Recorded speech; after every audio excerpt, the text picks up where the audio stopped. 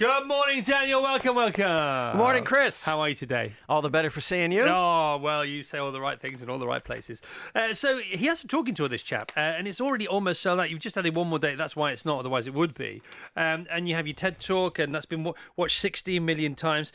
Before we talk about the book, your TED Talk, How to Stay Calm When You Know You'll Be Stressed. Who doesn't want to listen to that for 20 minutes? What is the headline take home from that? Plan ahead. Think ahead to what could go wrong and put some systems in place to minimize the damage, because inevitably something's going to go wrong. So fail to plan to fail. Exactly. All right, simple as that. And also, if you have a path to wander from, spontaneity only works if there's a solid foundation at the center of it. Is that correct? Yeah, I mean, if you're trying to be spontaneous in music, you need to know your scales. You need to know the tune. If you're trying to be spontaneous as a radio host, you need to have vast knowledge and big vocabulary, and it has to all be at the ready, right? Yeah, and also you have to have a context for spontaneousness to exist or spontaneity to exist. Therefore, that must be order. Because if you don't, that's chaos. It's neither. Well, it's interesting because the two musical artists that we think of as among the most creative, Mozart and the Beatles, worked within very tight constraints. They did. Mozart didn't invent the symphony, he just expanded it. Beatles didn't invent rock and roll, they just expanded within it. And there's a formula to lots of Beatles songs. Don't they have a reverse major fifth or something like that? There's this weird sequence that they have in that either they came up with naturally via some kind of ethereal, I don't know, X factor, or George Martin. Isn't there a regularity to what they do, which is how come it breaks your heart sometimes, their melodies and their harmonies? I think it really came from primarily Lennon and McCartney, and George Martin added the icing on the cake, the orchestrations, but they had. You're right, they didn't know music theory, but they had it in their heads. They had great ears. Okay. What a cake it was, by the way. Right, The Changing Mind. Or a pancake. Neuroscientist Guide to Aging Well. This book is just fantastic. It's a gold mine. It's a gold mine of great things. Tell us, first of all, about the nonagenarians who were interviewed and asked at which age during their whole life, and they were still alive, obviously, that's why they're being interviewed, they were at the happiest, and they said 82. We tried interviewing the dead people. It didn't go well. It didn't go well. 82 is the happiest time in life across 72 countries, Chris. Well, come on, tell us why. What are because there's the facts, then you get into the analysis of the facts, don't you?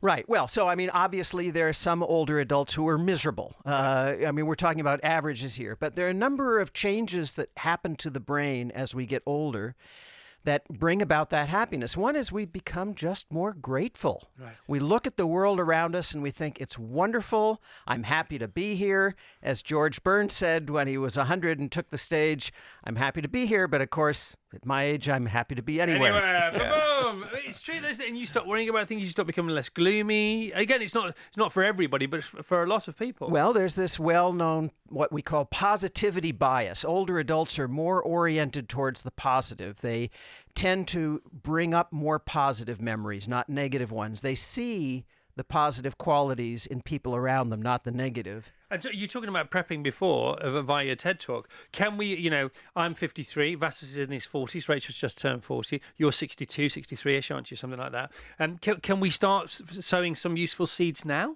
for the future? Well, we can. That's the lesson, I think, of neuroscience, is that it's never too late to change, and it's never too early to change. We start aging the day we're born. And so even in our 20s and 30s, we can be thinking ahead. What do I want the rest of my life to look like? And it basically comes down to mindset. There's a whole lot of life that's not under your control, but there's a whole lot more that is. So what kind of things? I know it's in the book, but what kind of things could you tell us now, perhaps? Well, resilience. If you're resilient, when you can't control what the universe throws at you, but you can control how you respond. Yeah. And if you're resilient, you get up and you try again. You don't wallow too much. Yeah. That's a personality trait. Some of us have it, some of us don't. Some of us have more than others. You can definitely develop that, though, can't you? Absolutely. Through a variety of different means: psychotherapy, meditation, medication, or yoga. Or again, organization, like you say. Over the last year, I've just started to become more organized, and I was just in the last year. Yeah, and I was really because without going on about running again, which we always end up doing. I started running things that I had to prepare for, and that just filtered into my life. life. And I thought, well, if I can do that, and it makes things so much easier, why wouldn't you do it? You breathe lighter. You're less anxious about things. You expend less energy on the peripheral nonsense of the turbulence that you don't need. Well, this is a nice link to what you said earlier about spontaneity within constraints. When you organize your life and your thoughts and your goals, then you can do anything. So I organise my room now. My wife and I sleep in separate rooms. We have done for years, but we still get on. Maybe it's one of the reasons we're still together. But now the rest of I used to be the most disorganised person in my family by a blimmin' country mile. All right, but now the rest of my family, including my wife, come into my room for a calm. Wow. You did a real Marie Kondo in there. No, I did. It all started with her. So when you're on, you're talking to her. Do you have a 90 minutes? Do you have a 2 hours? What kind of things do you convey in this? What kind of journey do people go on who come to see you? I basically talk about a couple of big things. One is that there are some myths surrounding aging, and one of the big ones is that memory failure is inevitable. It's not. Okay. And another thing I talk about is ageism in society. We have this societal narrative that after a certain age, it's all downhill, it's all decline. But the reality is, the science says that as we get older, some things slow down, but others get better. Yeah. Older brains actually get better at a bunch of things. Okay, and we become more caring. We have more time. We have a different and a better perspective. We respond as opposed to react because we give ourselves more room, more space. So we become, in many cases, more useful. And are you finding that employers now are waking up to that and embracing that again? Unfortunately not. It's very difficult for a 62-year-old to change jobs or get a promotion. Academia is one of the places that's on the forefront of this. I've got colleagues at the university who are 101 and still working full time. But it's funny, isn't it? Because in classical music, they've embraced this years and years ago. The older you get as a composer, the more renowned you get, the more work you get.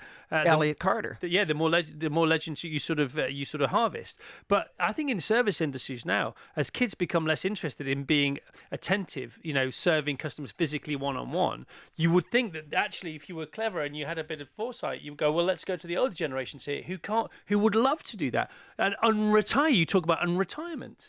Unretirement is a big thing. Increasingly, people retire, they find they don't like it, and they go back to work. That's unretirement. And when I say that older adults are getting better at things, as you say, they're better at compassion, empathy, getting along with others. They're more tolerant. Experience of being a human. Well, there's that. Walmart, I notice, has started employing retirees.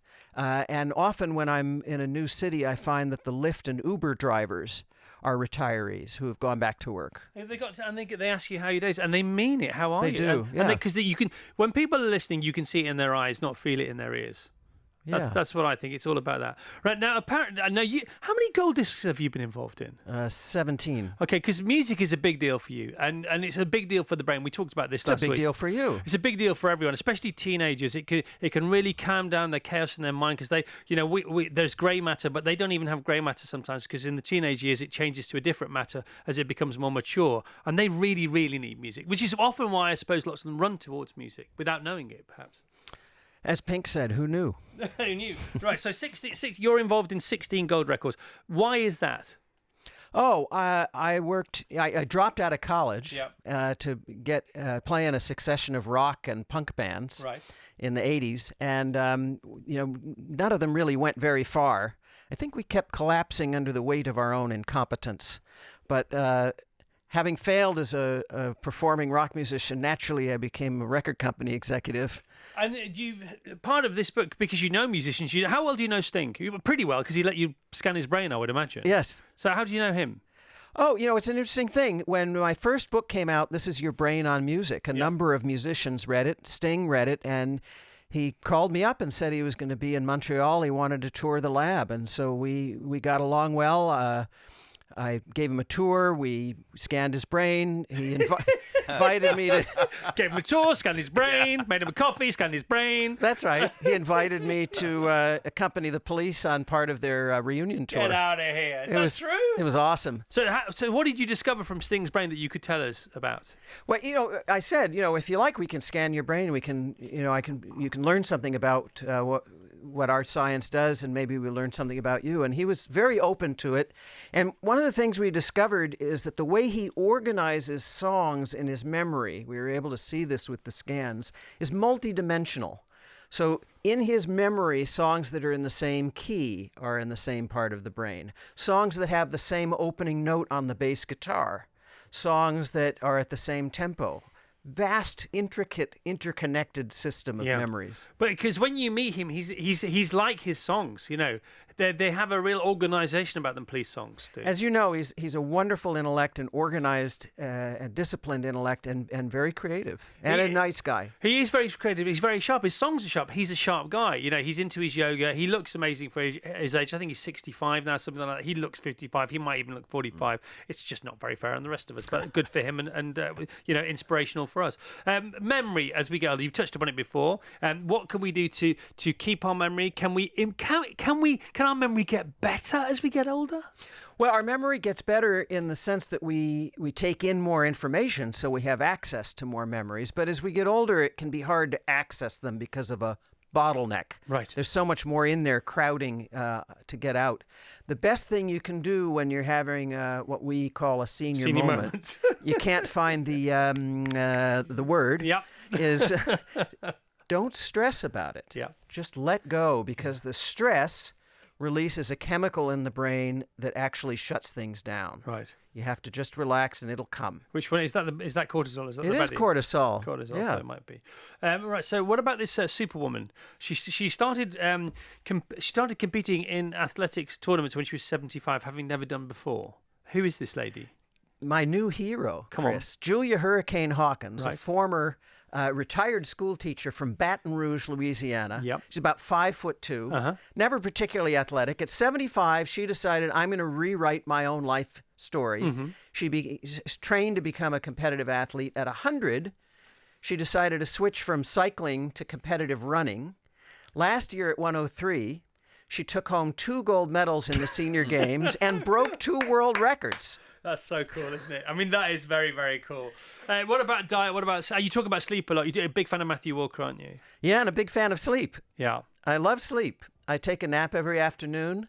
15 minutes of nap in the afternoon. So true. That can be the equivalent of an hour and a half extra sleep the night before. It's so true. I didn't sleep very well last night. I was peaceful, but I didn't sleep very well. I got to sleep pretty quickly, but I woke up twice.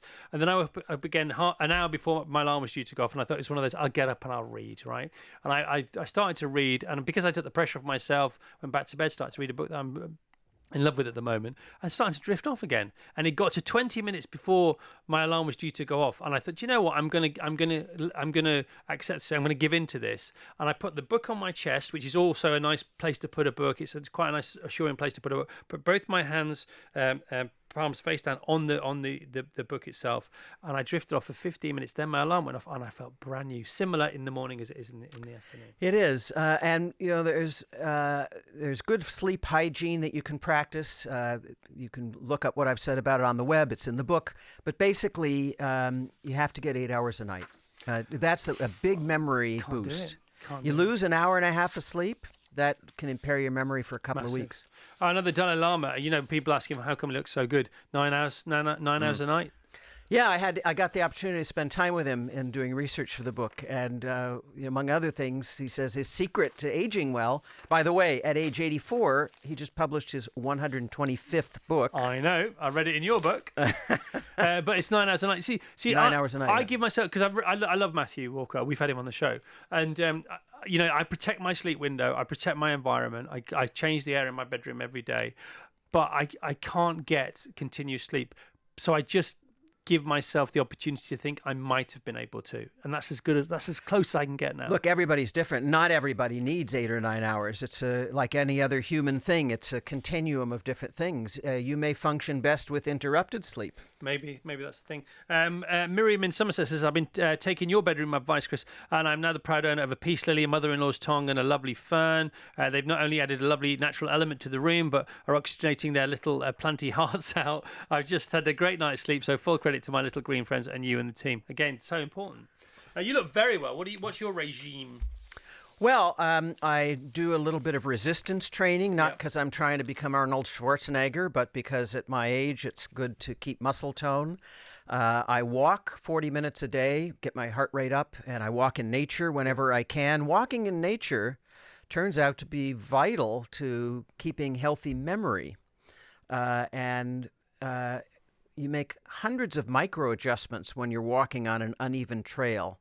Your foot pressure and angle and all that stuff, and that's healthy for the brain. It makes new neural connections. Yeah, and the thinner your soles are supposed to be an overcushion, the more you can feel. So you want to, barefoot is ideal if you can, and that directly goes to the brain and this kind of stuff. Yeah, all that, yeah. Somebody said last week on the show that one of the most important reasons for spending time in nature is because it reminds you what speed nature meant us to live at, to exist at. I love that. Yes. And also, we evolved in nature. We did not evolve in buildings. Yeah. And our brains evolved to be in nature. And there's this ancient evolutionary echo of all that when we're surrounded by trees and mountains and natural settings. I heard another great thing about getting older. If you go plant-based or vegetarian or vegan, as you get older, you perhaps need to start eating meat again at the age of 65, 75, because you need more protein. It's true. The amino acids that are found only in meat can be beneficial as you get older, although Sir Paul seems to be doing fine on his vegan diet. I don't know what he's doing for the amino acids. Somebody said about Paul McCartney last week, he's been plant-based longer than most forests. Callum, can you tell Dan I loved him in Good Morning Vietnam? What? Is that right? No. Oh, Dan the Man Levitin. Somebody else. The screenwriter for the show went to my high school, and they used to call me Dan the Man Levitin. No way! There you go. But actually, my name is Levitin. Levitin. But a little bit of artistic license. That's all right. there. We don't mind that. Right, before you go, you genius, on your tour, give us one more take home. So to remain engaged in life. I mean, people that listen to the show do anyway. I hope you can sort of tell that. But we can always, give us more. Well, I think the secret to living well at any age is to stay engaged with the world and with the people around you, especially new people. Right. Meet new people, talk to somebody on the tube, talk to somebody at the checkout stand that you don't know. And really the secret to keeping that level of engagement throughout the life is to develop curiosity. Curiosity. Nurture curiosity. Right. Be curious about the world. Be curious about other people. Try to be interested rather than interesting. Can you be both? Is that okay or not? Sure, but if you're really interested in another person, that's going to engage them more than if you try to be interesting. Yeah, I get that completely. All right, so be interested in almost everything. And also, when you're on your own, be interested in yourself. Care for yourself. Absolutely. That's really important. Self-knowledge is important. Okay. Self-care.